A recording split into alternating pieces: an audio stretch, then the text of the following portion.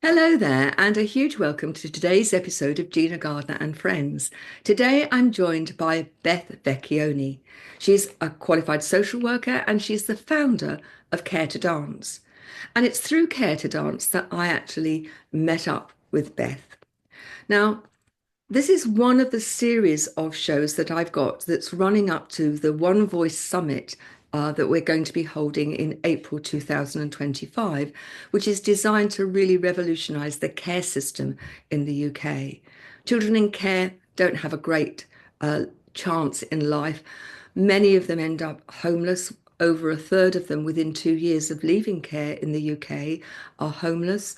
And we want to change the system for the better, positive change, to give those children who become the wards of the state the best chance in life. Loving corporate parents who really care. And Beth provides a service that really does help children. We're going to talk about her story and how she came to develop Care to Dance. So, Beth, a huge welcome. Thank you very much for joining me today. Thank you so much for having me. It's great to be here. Now, before we get started on the Care to Dance bit, I'm absolutely fascinated in your story because it's not a straightforward one, is it? No, it's definitely not. Thank you. So, yeah, a bit about me. I grew up in Oxford, and I guess throughout my whole life, I've always been really passionate about supporting other people and people who potentially haven't had the best start in life. So I qualified actually as a social worker in 2016. And in 2019, after a few years of practicing as a social worker with children and families, I saw a need, and that need surrounded young people who are in care and experiencing a lot of challenges. I saw many young people have fractured relationships. Many young people experience different home moves, different school moves, and lots of challenges in terms of what they've been through and trying to process their trauma. And unfortunately, in the system, the status quo, if you like, was to refer a young person to CAMS, which is fantastic for some young people. But unfortunately, the waiting list for mental health services was very long. And also, talking therapies isn't for everyone. So it really motivated me to start a new initiative for children in care and care experienced young people. And growing up, I was a dancer myself, and I know how empowering and liberating dance can be for an individual. So I really wanted to combine my two passions, social work and dance, to create an amazing and quite special space for young people to come together to feel a sense of belonging, and connect with each other, to express themselves, to feel that amazing feeling when you're dancing, when you're celebrating your body, your movement, and your creativity. So in 2019, I started Care to Dance, and I'll talk a bit more about what we do shortly. And it's been an incredible journey. And I think throughout the years, I was very much a social worker, so I've had to learn a lot of things around, overcoming challenges, thinking about how we can do things differently, and what can be a quite a rigid system, building relationships with young people, with professionals, with local authorities, organisations, to try and create um, a unification, united movement in creating safe spaces for young people. And certainly the outcome of that has been incredibly positive. But let's go back to you for a bit, if we may, because one of the things that really struck me is that your resilience, your persistence, and that you have huge strength. And that was really highlighted last year when I saw a post from you on LinkedIn that you were doing a big challenge very shortly after you'd broken your back. Now, talk us through how on earth you broke your back for a start, and then what was the challenge, and why was that important, and how did you manage to do that challenge so soon after breaking your back? Yeah, so thank you. Last year was definitely a challenge, and I think probably one of the biggest challenges that I've been through. So in January 2024, I was in a car accident with multiple vehicles on the motorway, and it resulted in two spinal fractures, and I was in a back brace for a good few months. And it kind of meant that I was bedbound for quite a while, going through quite intensive rehabilitation. And during the first 3 weeks, which might sound a bit bonkers, I thought that I needed a challenge, I needed a goal, for for a number of reasons, both for my own personal well-being. I think I needed something to work towards, and also because the young people we do support, they always inspire me. No matter what they've been through, they keep going, they keep showing determination, and I felt, I needed to do the same. I needed to role model that for them. So I planned to run an ultra marathon within a year of recovery from breaking my back. And it was a bit bonkers actually, because at the time I could only walk down to the drive and back. But Go any further, for people who are listening to this, they may not know what an ultra marathon. For them, a marathon of any sort is somewhat ultra and way beyond them. so yes, an ultra marathon. The one I chose was 53 kilometers in Madeira, up just over 2,600 meters of elevation. You can run it all, you can walk it all. So I did a combination of both. It took me 12 hours when I did run it. So it's a very long journey. So at the time, it was a massive challenge, and it was almost too big at the time. So I had to focus on small, yeah. I'm just going to stop you because I just want to go back to it. This time, when you decide to do an ultra marathon, you say you couldn't walk your drive. How long is your drive? My drive, when I can walk now, would take me maybe 8 seconds to get down to him, and then 8 seconds back. So it was a longer drive because we lived on like a barn. But I remember the first time I tried to walk to the end of the drive, I had to get someone to take me back because there was a slight incline, so I couldn't walk up the slight incline back to the house. So it was quite a huge achievement for me to have done that within sort of a couple of weeks, walking down and back from the drive. Um, and I felt to myself I had to take small steps.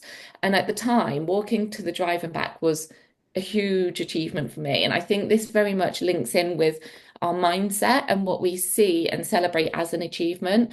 I genuinely believe that no matter how small the achievement is perceived to be, every achievement is a step closer to your goal. So I kept increasing the distance that I was walking. And at this time, it was very much walking still and doing my rehabilitation exercises. And eventually, I managed to walk 5 kilometers, 10 kilometers. And then after my back brace was off after 3 months, I then started to build up the running tolerance and thinking about how I can finally get to the 53 kilometers um, in November. So yeah, that's kind of what I did. And then in November, it was a bit, another bonkers moment was 3 days before the ultra marathon, I was diagnosed with type 1 diabetes. So, so that was another challenge, but we got through that and yeah, managed to run it still. And maybe one of the reasons why your story resonates with me is I think most of the listeners know that I still use a wheelchair, but I was wheelchair bound for many years, and I've learnt to walk twice as an adult. And it took me 3 years when I had an internal spinal stimulator fitted to walk from my bedroom to my bathroom, 10 steps. And now I don't use a wheelchair in the house and garden, and I can walk very short distances. But it's that setting a goal and driving towards that goal, I think, that makes the difference rather than sitting there and thinking, poor me. And of course, there are people I know who find that very difficult.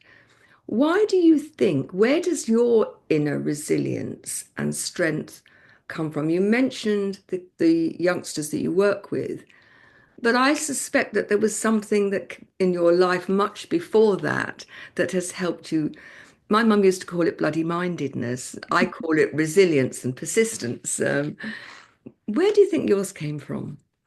That's a really good question. I think growing up, I very much learned that to live the life that you want to live, we can't rely on external happiness. We can't rely on external factors because life will always throw challenges and I think I mean, it's not always easy, and sometimes my mindset sets does slip. And I think, but over the sort of persistence of reframing, of being able to see the positives, being able to see hope, I think is really important. And I think it's just been a practice over a number of years to really reframe what's happening and think about it as a challenge. That means I can grow. And I think it has been massively enhanced from seeing our young people, because I think working as a social worker, you do see, a lot of challenges that families and young people face, and yet they still manage to overcome these challenges. And I think when you're sort of faced with any level of adversity, you do have kind of two options. And one option could be sitting and thinking about what's going wrong and the impact then that could have on your life, and then that ripple effects that it could then lead to in terms of other things happening in your life that you don't want to happen. Or you can sit there and think, okay, what can I do in this situation to make this situation better? And how can I control it? Not control it, but how can I control what I can control, and to make this situation any better than it is? And I think that for me has been so helpful and quite empowering. And I think that's what we want to try and do at Care to Dance with our young people, because we want to try and help them to see that they can achieve whatever they want to achieve, and they've empower them to really celebrate their successes again, no matter how small it might be, as perceived. um it's still a success, and it's a step towards what they want to achieve. And I think that's been a real important value within Care to Dance. The looking at what you can do rather than what you can't do, for me, I think is a real game changer. Recognizing that there are going to be lots of things that you can't control. However, what you can do is control the way you look at it and the way you deal with it. So it's not the challenge that defines you, but actually what you actually do with that. And you don't have to have been through the care system or have broken your back or have been wheelchair bound to use that as a way forward in life. And if you're listening to this, I would urge you, think about the way in which your mindset works. Are you always looking for what's gone wrong? Are you looking for ways through it? Do you look at what you can't do, or do you look at what you can do? Because that shift in mindset will shift the quality of your life, whatever your circumstances are. And I think, you know, we're here as living proof, and the young people that you work with hugely benefit, I think, from having that as a role model. We're going to go for a break in a couple of minutes, but before we do, one of the things that I'd like to ask you is, when you look at the what you're doing for young people, one of the things that really strikes me is that you're providing them with somebody who believes in them even when they don't believe in themselves. And I think that's probably the biggest gift you can give anybody. And alongside that is that really listening to people and giving them the time and the safe space to talk. And I think those two go hand in hand.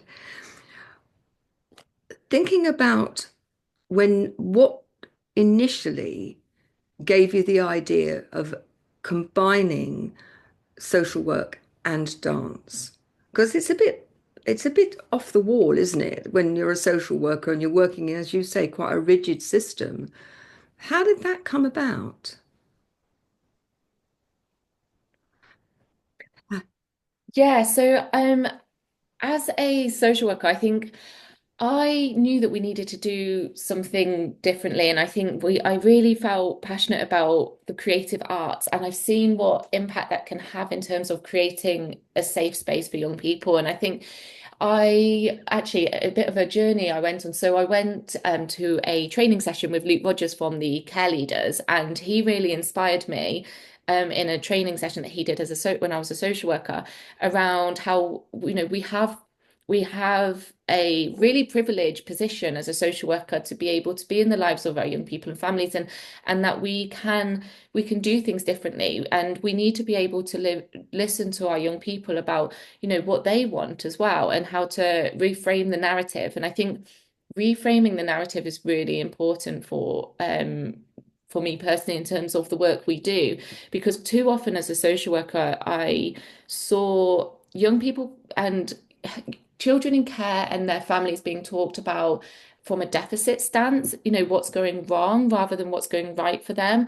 And we need to be able to celebrate what is going right for them. And something I do often say is, and you said, if believing in them when they don't believe in themselves. And I think that's so important, because quite often, and if we don't love our children, how do we expect them to love themselves? And I think this word of love, and I've talked about it quite a bit recently because I think it's so important. I think in the rigid system of social work, quite often you're kind of felt that using the word love is almost wrong. And actually, no, I think we can love our children in whatever way, in whatever the way that might look like. But I think it's so important that we do share our love for our young people, because then they love themselves. They see how amazing they're doing. They see they can achieve. They see that what strengths and qualities that they bring, and their individualism as well. I can't say that word. Individuality, yeah. You, like individuality. And I think that's really important. So I guess back to your question in terms of setting up Care to Dance, I think, it was very much, I had an idea, I didn't know what it looked like, but I knew that there was space for something creative to be able to set up to support young people. And I loved dance, and I really loved how it brings people together. And I also saw that in the dancing world, it can be quite inaccessible. So quite often in sort of dance academies or dance classes, um, it has quite a structure. And I think for young people who have been through trauma and may have different levels of needs, sometimes that can be a bit of a challenge. And something we're trying to advocate for more is around trauma-informed practice within these environments. So that's another reason why I felt like there needed to be something that really offered that trauma-informed space to be able to make sure every young person is included and not instantly marginalized when they walk through the doors. That's brilliant. We're going to go for a short break now, but when we come back, what I'd like to do is I want you to take us from the inception of the idea and through the process of setting up Care Dance to where you are now. Don't go away. We'll be back in just a minute. Welcome back. So, Beth, you've had this wonderful idea. And between the dream and the reality is often a huge chasm. I'd like you to take us through that journey. You've been on a course, you've been inspired. I suspect that it wasn't plain sailing to get to where you are now. Absolutely. It was one of the hardest things I have ever done, but it made one of the best things I've done as well. And I think it's such a challenge because as a social worker, I had no idea what I was doing in terms of the business side of things, in terms of making sure it's sustainable and learning the financial side of things to be able to make sure we had money to actually deliver these projects. So I had a lot of support from the care leaders at the time, in terms of having an idea, making it into reality for a pilot project in the northeast of England. And so we ran a 12-week program as our very pilot program. And I'm going to stop you. You've jumped. Here we are. I've got this idea, and suddenly I have a pilot program going on in the Northeast. Now, you may have had very supportive care leavers, but I don't think, knowing the system as well as I do, not very well, but as well as I do, that they're going to say, as I've got an idea, oh, I know what, you can run a pilot scheme in the Northeast. I don't think so. People listening to this, the reason I am labouring this is if there are social workers or people who run care dance classes out there, what I want is for them to actually be able to take from you how they can go about it too. definitely, thank you. And I think you're right. And I think it's easy to sort of flitter by the details and actually how it happened, because it was difficult. And I think I made it into a proper plan. I had an idea about what the project would look like, and I spoke with like people within the local authorities, such as the virtual school head teachers, the service managers in the Northeast, sort of pitching my idea. I had to overcome a high feeling of imposter syndrome at the time because I was, a social worker. Even when I spoke to these service managers, I felt very much, they're my boss's boss. And I think it was really important to overcome that and think, no, believe in my idea. And I very much did believe in what I was planning. And so I had to ask for funding from the local authority. And I was very grateful to have received that from two local authorities in the Northeast to run the pilot project. And then it turned into, okay, now I need a dance teacher.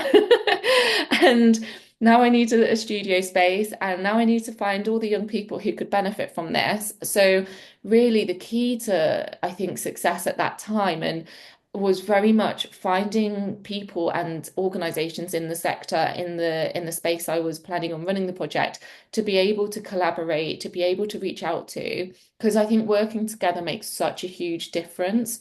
Um, and in terms of sort of finding the young people as well, I think that's so important because young people need to know about what services there are out there. Otherwise, they're not being able to tap into what they can. And I think that's been a big challenge throughout the sort of last 6 years is that we need to make sure that young people know about us so they can come along and get involved. So I think it was very much using the knowledge I had, using the experience I had, overcoming the imposter syndrome, so having the right mindset and never giving up. When I had a lot of sort of setbacks, a lot of like ignored emails, had, because we weren't established really. I had a lot of sort of things I needed to learn. And just sort of that persistency, I think, and determination is really important. And continuing to believe in what you're doing. So the pilot scheme comprised of what? Because pilot scheme, actually, we need you to give it that some to describe that. What did that mean in real terms for the people providing the service and for the young people who were actually engaging in the service? Yeah, so the pilot program was a 12-week dance program, and that meant that every week, 20 young people who are care experienced, and that either currently in care or they've been in care. We support as young as 7 all the way up to 24. So 20 young people came into our class every week. They learned different styles of dance. They built relationships with each other. Their teacher, myself, who was delivering it as also as the social worker. And then throughout those 12 weeks, they went on a real journey of expression, of confidence development, of building relationships. And then they performed at the end of the 12 weeks. And this is such a big thing for us in terms of we want to really celebrate the young people and what they've achieved. So one young person for the vet who's still with us 6 years, almost 6 years on, attended that very first class up in the Northeast. And he went home on the first week because he didn't think he was good enough. And, we encouraged him. And then I reached out to him again throughout that week and he came back. And since then, and he did, he's done that performance and now he's done all of his level dance leadership qualifications. He's now our inclusion lead. He's delivering workshops with student social workers at Teesside University. He's doing his own podcast for the sector. He's absolutely doing amazing. We're so proud of him. And I think that journey that he's been on massively shows the impact that that dance and the creative arts can have in building a young person's sense of self-worth, their confidence, their ability to believe in themselves and what they can achieve, and thinking that they've got a team around them that really believes in them, and actually they don't want to ever give up on the young person. So it could have been easy for that young person to go home on the first week and then for us to say, okay, that's fine, it's not for him. But no, we didn't give up. We went out and saw him, we spoke to him, and that's the difference, I think. And since then he's still with us today, and he's doing amazing work, both with his own journey, with his own career, but also within the social work sector, because he's passionate about changing the lived experience of other young people. That's an amazing celebration of what you do. So you've done the pilot scheme, you've done 12 weeks, and many of the programs that I'm aware of often finish at 12 weeks and they've started to blossom and then it's finished and they go. So you've had a pilot, it's worked. How did you move that on? Because you work in many authorities now. Yes, we do, absolutely. And we really try and emphasize our longer term programs that we work with local authorities because we see that absolutely. We see that after 12 weeks, it's blossoming, and then we don't want to end that work. We can see the massive potential of the community if we continue on that work and that journey with them. So I reached out to the local authority again. The local authorities were amazing at that time, and they still are. And they saw the impact. So they came along to the celebration event. They saw the young people coming together, calling each other their family, and really just coming and uniting as one. And that sense of belonging that created. So the local authorities agreed again to continue the funding. I knew at this time, I was a full-time social worker as well at the time, and I knew that we needed to keep applying for funding elsewhere. So I learned a bit more about grant funding, legal structures, how we can apply for different types of funding to try and make sure that we are sustainable. So it took, I reckon, about a year until we got to a place where in that one program we were sustainable. We had our evidence base, we had the relationships with relevant people who really supported and celebrated our work and our young people. So it was a real long journey. And then at that point was when we started to think about how we could roll this out into other local authorities. Um, and my co-director, Amelia, um, she's based in London, and she actually reached out to us at Care to Dance on Instagram. And since then, she's rolled it out in London, and we're kind of across the country now. If you look at those first pilots and you look at what's going on now, have the way in which you operate at the level of delivery, has that changed at all? I think so to some extent. We constantly learn and we constantly develop. So our young people as well, we have ambassadors within Care to Dance, and they very much share the views of their experience within Care to Dance, in terms of how we can do better, in what we can do better, how we can do things differently. And every single term, we always learn something new and think about how we can adapt. And I think the moment you think you've made it and the moment you think you've got it right is the moment you stop developing and stop growing. And actually that could be, yeah, that's not a place you want to be. So we always want to have an adaptable, flexible mindset within Care to Dance. And because it's so important, and every young person is different, every local authority, everyone's context is different. So I think in terms of like how we deliver, I think we're a lot more established now, which we're very grateful for in terms of funding. So we have more resources to be able to internally upskill and train our amazing delivery teams.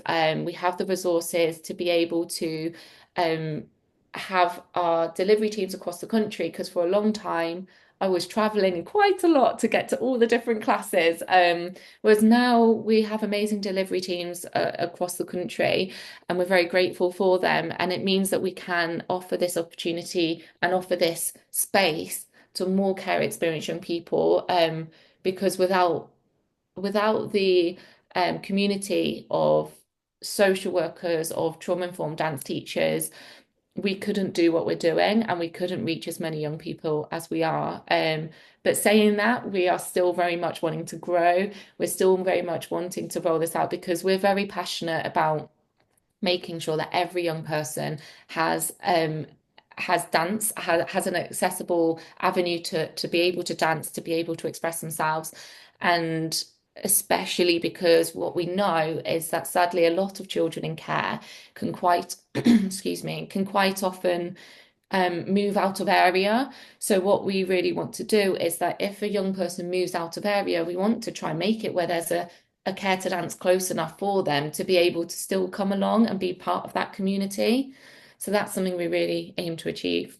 Because that's a huge problem, isn't it? The number of times that children are moved to different foster carers, to different residential homes.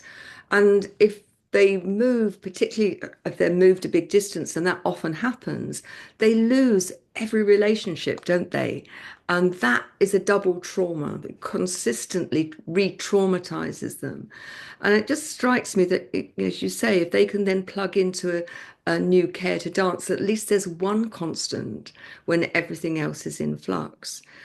We're going to go for a break in a moment, but when we come back, what I'd like to explore two things really is what you mean by trauma informed and why that is so important. Because I think for people who are listening to this, that may be an expression that they're not familiar with.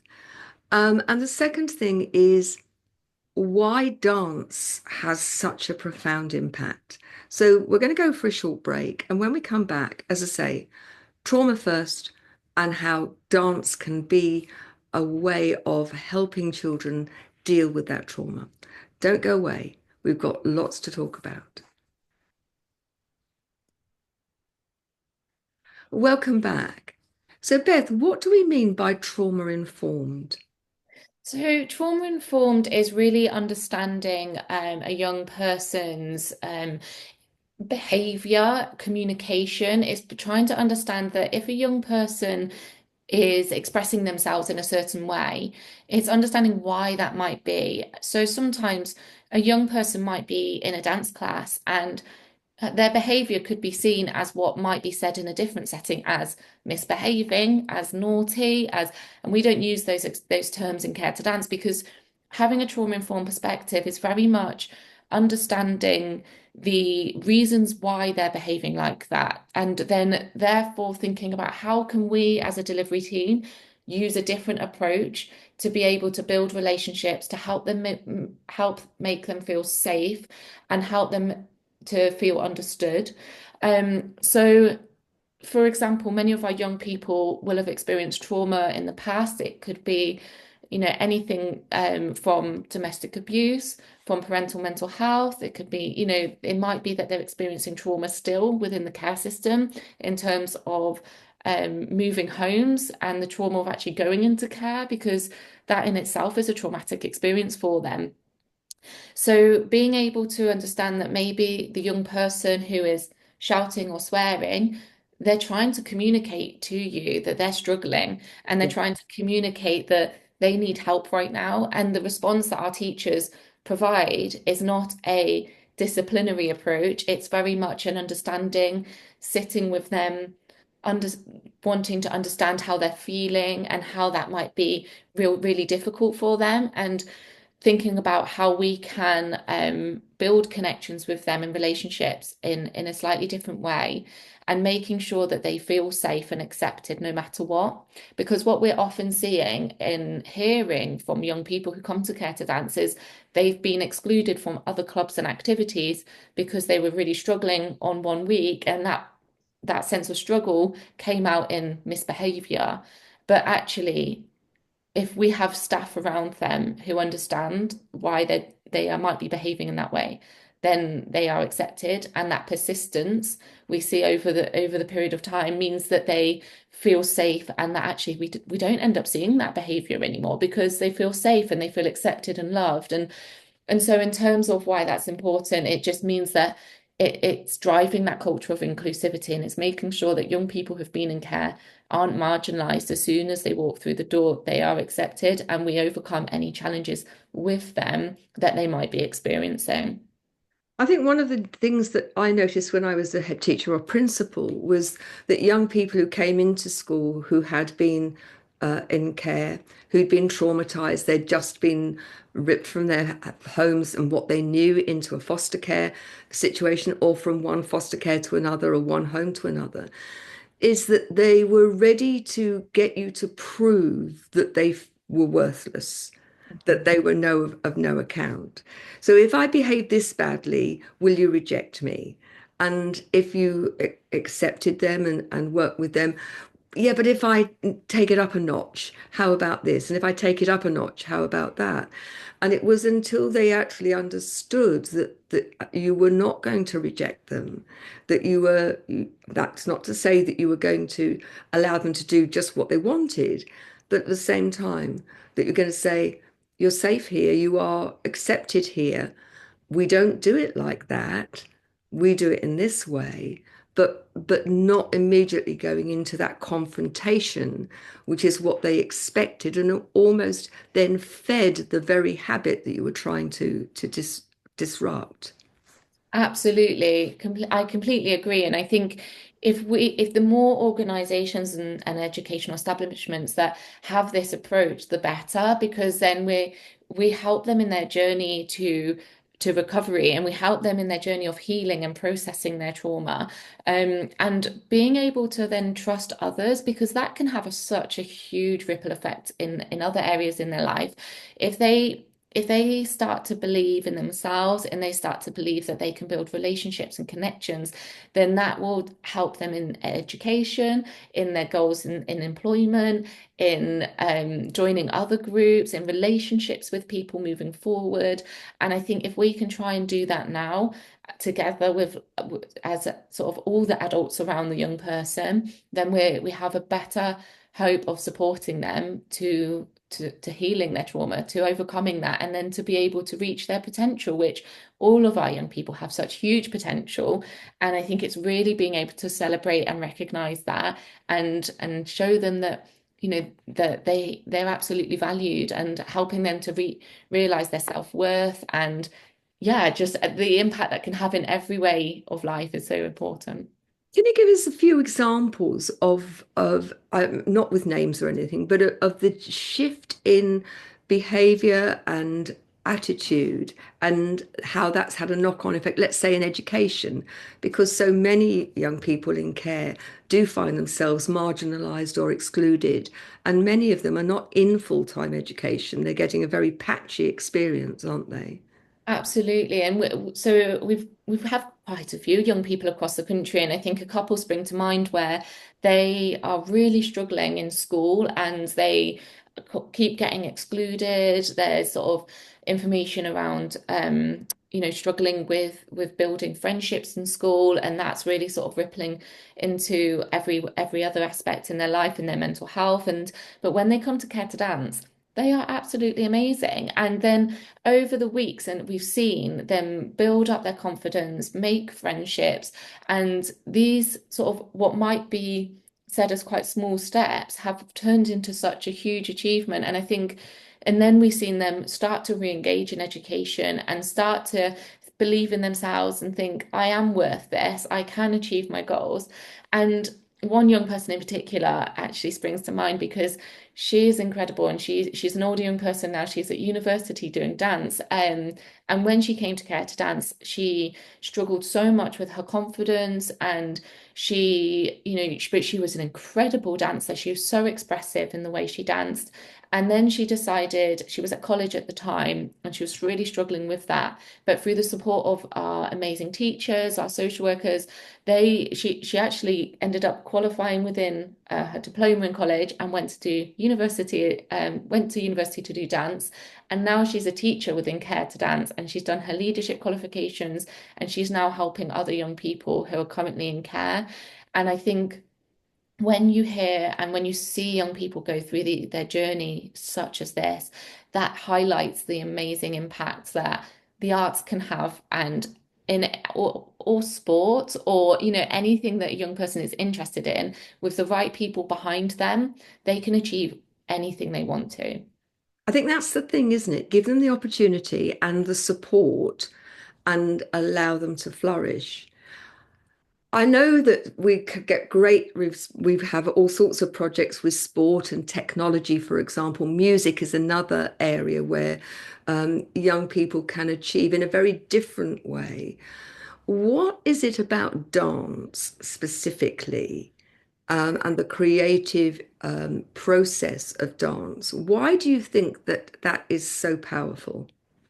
I think dance is it brings out the feel good feeling. It brings out when you're together, endorphins are flowing. You in so many different aspects. There's a lot of different, I think, reasons for dance being so powerful. One being the celebration that it can bring, the celebration of culture, the celebration of diversity. And, we've got young people coming into sort of care to dance with their own sort of heritage and thinking about, so we've had a young person who really wanted to learn Bollywood because they are from an Indian heritage and they loved that and they reconnected with their culture. They said they felt they reconnected. Another is around expression. I think so many young people talk to me about the fact that they use dance to express themselves. They share their story through movement. So a lot of our young people might struggle to verbalize their story, to verbalize how they're feeling. And I think dance can really bring so much power in sharing stories. And our young people often say that they've had a bad day, so they're going to channel this into their dancing. They're going to just dance it off. And when they put their music on, you can see the expression, and it's incredible. It's so powerful. And also it means when you're dancing, you're not necessarily thinking about anything else. So it's almost a period of relief for some young people. It's a period that once a week or twice a week they're coming into dance and they don't have to think about anything else that's going on for them. They're just in the moment. They're thinking about their body. They're thinking about how it moves.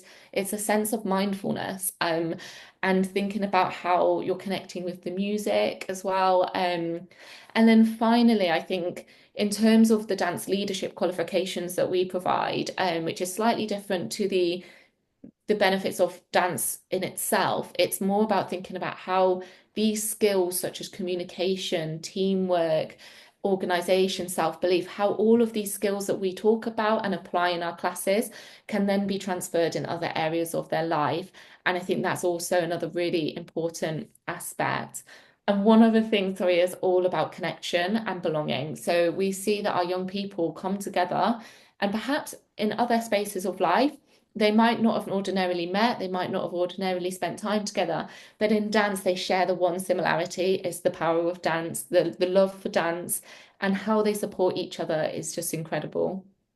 So important, isn't it, that they have that sense of an infrastructure where they can belong. And I think certainly in my experience, it's that feeling that I don't belong anywhere. Who am I? Um, and because they don't have a sense of belonging, that impacts on their sense of self-worth. Who am I? If I don't belong anywhere, does that mean I don't deserve to belong anywhere? I've been thrown away, if you like, I think is one of the expressions that I heard quite a lot when I was working with social workers, foster carers, education, and young people. We're going to go for a break in a couple of minutes. If you had a message to give to social workers, dance teachers, the powers that be out there about dance, what would it be? What's your message to those people who are in a position of making decisions about dance? I think my message would very much be see the impact it can have and celebrate that and use any positional power you have to be able to make sure that young people aren't facing barriers in accessing dance. Another message would be no matter how high up in the system you are, always try and stay connected with the young people, the families we serve, the social workers who are out there with families to be able to understand what their lived experience is like. So when you're making decisions, you have them at the heart and the forefront of your mind.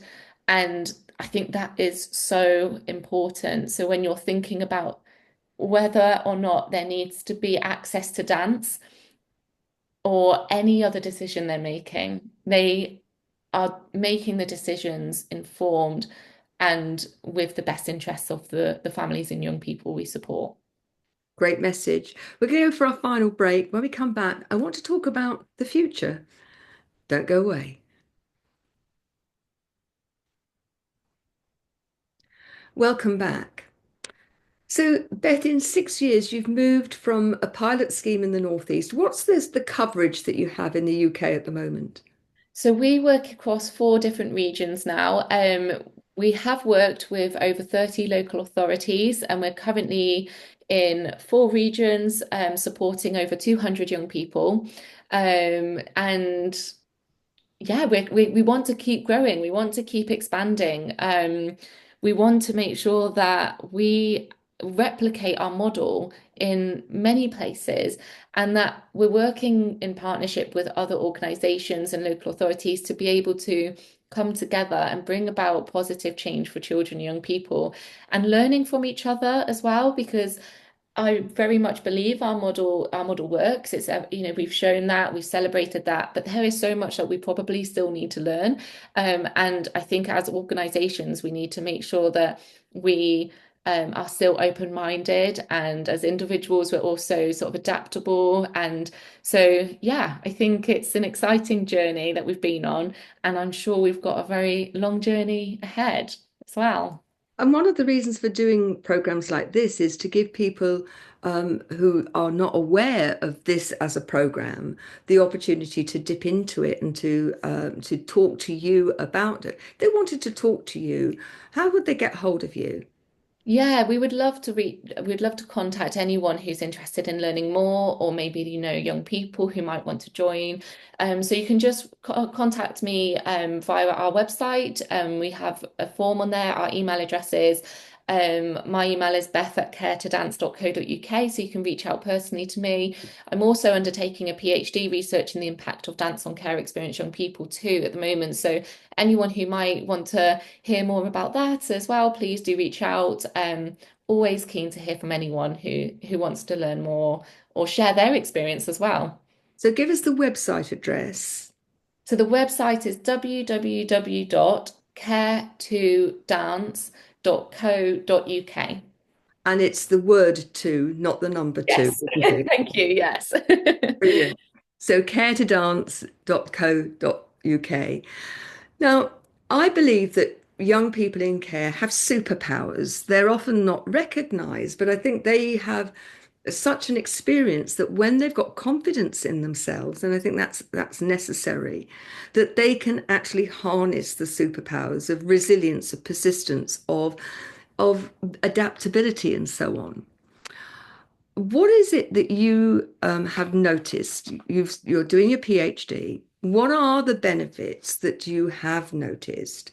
And how quickly, generally speaking, are you able to see those benefits developing? In terms of care to dance and how we sort of support young people, sorry. It's certainly in terms of how dance Yeah. positively impacts on people. Yeah, so we see it so quickly, to be honest. And the signs we see are often quite small to start with, and then they grow and they build up and then they grow over time. So we see, for example, a young person might be sitting out of the dance class and maybe joins in only a couple of times because they're potentially quite nervous. They've got lots of barriers up. And then the next week they might join in for an extra 2 minutes of that, or they might come up and speak to a teacher and say hello, which for them might be massive. And then over the course of the weeks, the months, the years, that's when you start seeing the huge growth that they have come on across the journey in terms of being able to do their leadership qualifications and lead in a group, which is huge. Um, Performing a solo, as a group. And I think in terms of our ambassadors, you mentioned around sort of superpowers, and I think that all of our young people, I completely agree, have superpowers, and our ambassadors. So our young people have the chance to become an ambassador, and what this means for them is that they can lead by lived experience. They often talk at different events, such as amongst social work students. They help other young people, and they help almost be a bit of a role model, a mentor to other young people who come into Care to Dance. And we see them absolutely flourish. They drive systemic change. They tell social workers how we should be, to make sure that we're listening to them, to make sure we're making decisions with them, not to them. And I think that's so important. So I think change happens week by week, and we need to recognize that, because then we're being strengths based. We're focusing on what they're doing really well, and no matter how small that might be. And then it's about pausing and reflecting with the young person about their journey. So say a month in, a year in, look how far you've come. They've come so far. When you first came in, you were so nervous you didn't want to join in. Now you're performing in front of hundreds of people. And I think being able to really celebrate that along their journey is so important. And being on the journey with them and being really privileged to be with them, I think is important as well. I couldn't agree with you more. If I had a magic wand and I could say to you, right, look into the future, what will it look like? What would your ideal future look like? Oh, that's such a great question. I want to see every young person having opportunities to flourish and support around them. I want to see young people when they're reaching 18 to still have a network of support around them, not to have all of that drop off and expected to turn into adulthood straight away. I want to see young people to have spaces to creatively express themselves, to be able to see their potential, to have people around them consistently telling them how great they are and what they can achieve. I want to see local authorities working together, and I think in a system it can be quite fragmented. So I want to see all of these organisations, local authorities working together to learn from each other, to make sure that we're all making decisions that have the best interests of the young people and families we support. Um, and I want to see young people who we support eventually doing what we're doing and helping other young people or doing what they want to do. And I think that's the most important thing, embracing what their interests are and being able to follow their dreams and being able to continue to overcome any adversity that they may face with support around them and not alone. Absolutely brilliant. Thank you very much. I'm going to put you in charge, I think, with my magic wand. Beth, it's been an absolute delight talking to you. Now, Thank one of the things that we do with every guest that comes on the show is that we belong to an organization called B1G1, Buy One, Give One, which uses giving, kindness as part of your branding. They have projects all the way around the world. Actually, there may very well be someone that you might want to get in touch with. The projects are well vetted, and every penny goes to the projects. They raise the money for to run the charity in a different way. And we invite every one of our guests to choose one of four themes, and we donate on your behalf.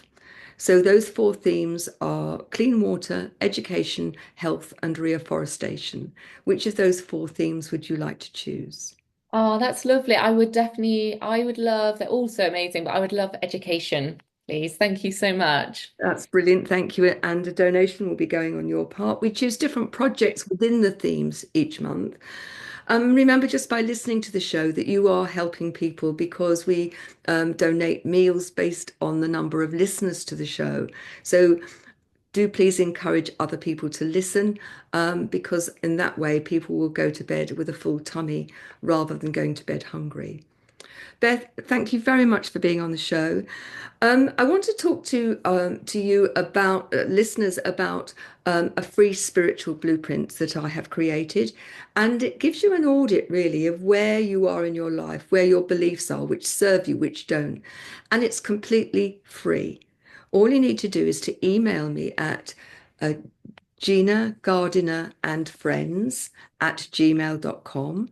That's Gina Gardiner and Friends at gmail.com. And in the subject line, just put the word blueprint, and we will send you the link to a free copy of the blueprint, which allows you to look at what you're doing. It's got advice within there as well. And you've got nothing to lose because it's not going to cost you anything. It's a free PDF. So Gina Gardner and Friends, blueprint in the subject line. The other thing I want to talk to you about is my other show, which is Gina Gardner Showcases Tomorrow's Talent. And that's all about musicians who haven't yet been signed up by a big label, who would like to have the opportunity to have four of their tracks played and to have an interview with me, which then goes out to millions of people a month. If you're interested in that, or you know somebody who'll be interested, then all they need to do is to complete the form. And the form is found at Gina Gardiner, that's GinaGardiner, tomorrowstalent.com. That's Gina Gardner, tomorrowstalent.com. complete the form, and then we'll take it from there. And you may very well find yourself on a program playing your music and getting people to know you, so that you hopefully will find that the number of people who are listening to you explodes. And you never know, one of those big labels may be listening and pick you up. It's been a delight to talk to you, Beth. Thank you very much for joining me on the show. I just want to finish by spending a couple of minutes talking about the summit. The summit is being held at the Guildhall in London on the 23rd and 24th of April 2025. We're bringing together hundreds of different people as contributors, speakers, panels, breakout rooms, exhibitions, and young people who are going to be engaging with us. Care to Dance are going to perform, for example. And if you would like to come and join us, the tickets will be available, and you can go to the website, which is Fatima's campaign.com, or you can email me if you're interested and you want to know more. Just simply email me at ginagardnerandfriends@gmail.com. This is the first summit of many, and what we are wanting to do is to bring about fundamental and positive change through collaboration. There have been lots of laws passed, but actually, in reality, the life chances of young people in care, not just in the UK, but around the world, are significantly reduced in comparison to their peers. And we as a society have to do something about that. We can't leave it to the politicians. And, one of the things that strikes me, the number of people that I have met, people like Beth, who have recognized the need, who have then decided to do something practical about it and are making a difference day by day to the children who are our future. Fatima Whitbread, who this is all due to her, she talks about having a fence at the top of the cliff or an ambulance at the bottom. And if we don't do something to help these young people, then they will become tragedies, statistics, and we don't want that. So thank you very much for joining me, Beth. Thank you for listening. See you on the next show. Bye bye now.